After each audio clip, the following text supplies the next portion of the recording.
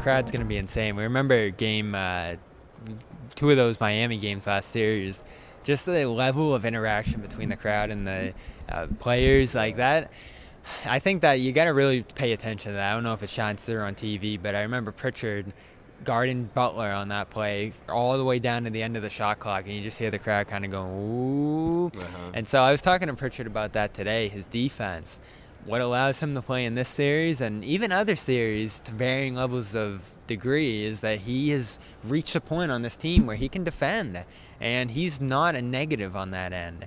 I'm not sure he's a plus defender. It kind of depends. But in a series like this where there's not a lot of mismatch hunting, where there's not a lot of physically imposing players on the Golden State side, there's a huge opportunity for Pritchard. And you almost look at this as a better series for Pritchard and multiple guards, just given the way the Warriors play, than it is for Grant. Because Grant has great numbers from three this year. I feel like Pritchard's a slightly better pure shooter than Grant, where if you just keep feeding him, you're probably going to get more out of Pritchard from three-point land than you are Grant. But it's pretty close.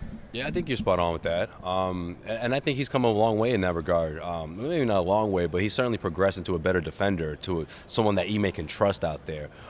It happens in spurts, but I'm not quite sure if that's an indication of him being not a good enough defender to be out there for 15 minutes or so, or 15 plus minutes. The emergence of Derek White, I think, is sort of has something to do with him not getting as many minutes as we would think, or maybe it's limited his opportunity out there. But I always thought, going into the series, that it was good for him. This was a good matchup for him going up against the Warriors and going up against that backcourt.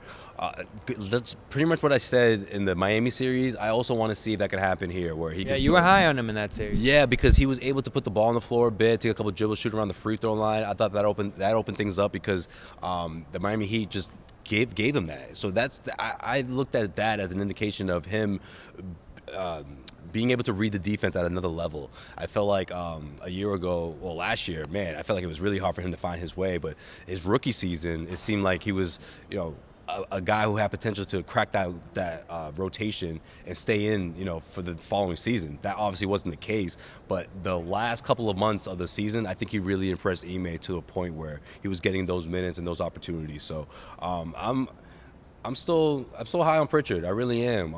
I think he can find his stride, and I thought those couple, hitting those couple of threes in Game 1, I think it's a confidence booster. Something I did ask him about after Game 1, and he's like, "Hey, man, this is the first for everybody here. And, none of us has played here on the NBA Finals, but any sort of rhythm off the bench, any sort of scoring production off the bench, I think is a huge advantage for the Celtics because they're just thin in that regard. I mean, Derek White is obviously scoring 20-plus points in Game 1 can set the tone, I think. But also for someone like Pritchard, man, if they can both get going in Game 2, that could really go a long way for the Celtics. Celtics have options. It's amazing. Shooting team, they're a deep team. Yeah. They're a team that has multiple layers of ball handling, and they're a team that never really stops defending, no matter what unit's out there. That's the biggest difference. Yeah. It's unreal. Like, they've just shown to be the more versatile, more layered team than pretty much every opponent they've played. And now we're talking about the Nets, Bucks,